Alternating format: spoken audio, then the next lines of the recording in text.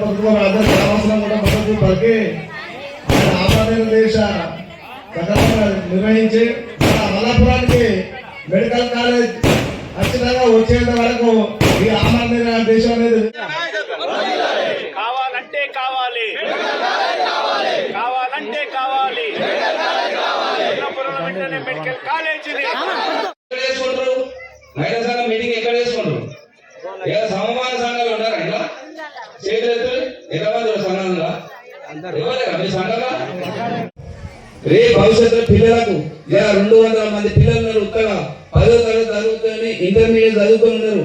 కానీ మరి ఇంతమంది చదువుకున్న వాళ్ళకు ఉద్యోగాలు ఎట్లా అనే ఆలోచనతో ఇలా మేము మెడికల్ కాలేజ్ తెచ్చాం. ఇవన్నీ కూడా జాబ్లతో సహా తీసుకొచ్చినాం. వీళ్ళు ఎవరైనా జాబ్ వస్తే ఎంతమందికి వస్తారని కూడా ఈ పేపర్లో మొత్తం అనేది దయచేసి ఈ పేపర్లు మీ అందరికీ కూడా ఇస్తా.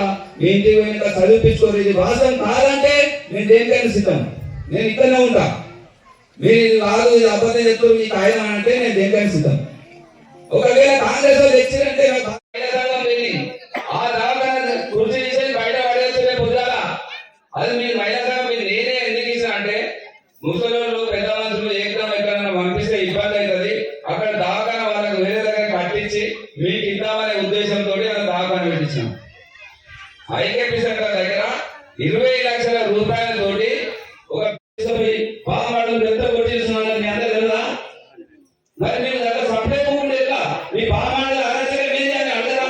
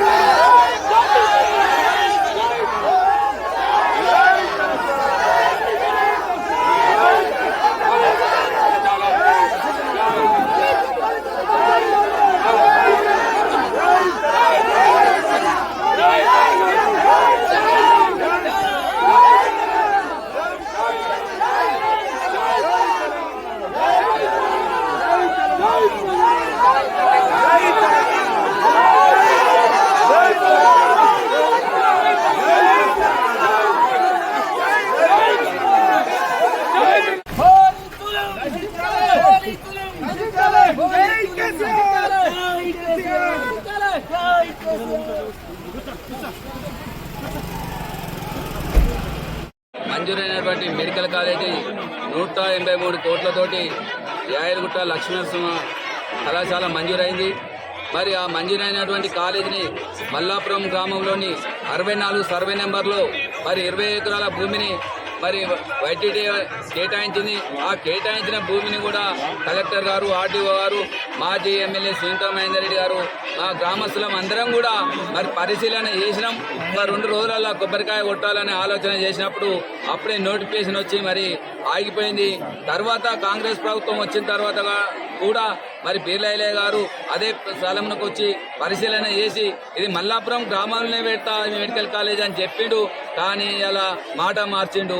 మరి దయచేసి మరి బీర్లయ్య గారు మనసు మార్చుకొని మా మల్లాపురం గ్రామంలో ఈ మెడికల్ కాలేజీని పెట్టాలని కోరుకుంటున్నా.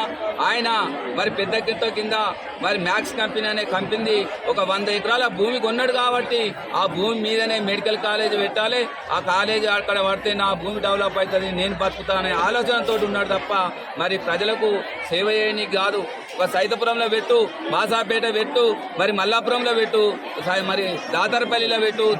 దాతరపల్లిలో మరి బోని 20 రూట్ల మస్తు భూమి ఉన్నది గవర్నమెంట్ అందుబాటులోని ఎవరి బతకడానికి లేని ఆ ప్లేస్ లో పెట్టి మరి ఎవరిని యాగం చేద్దాం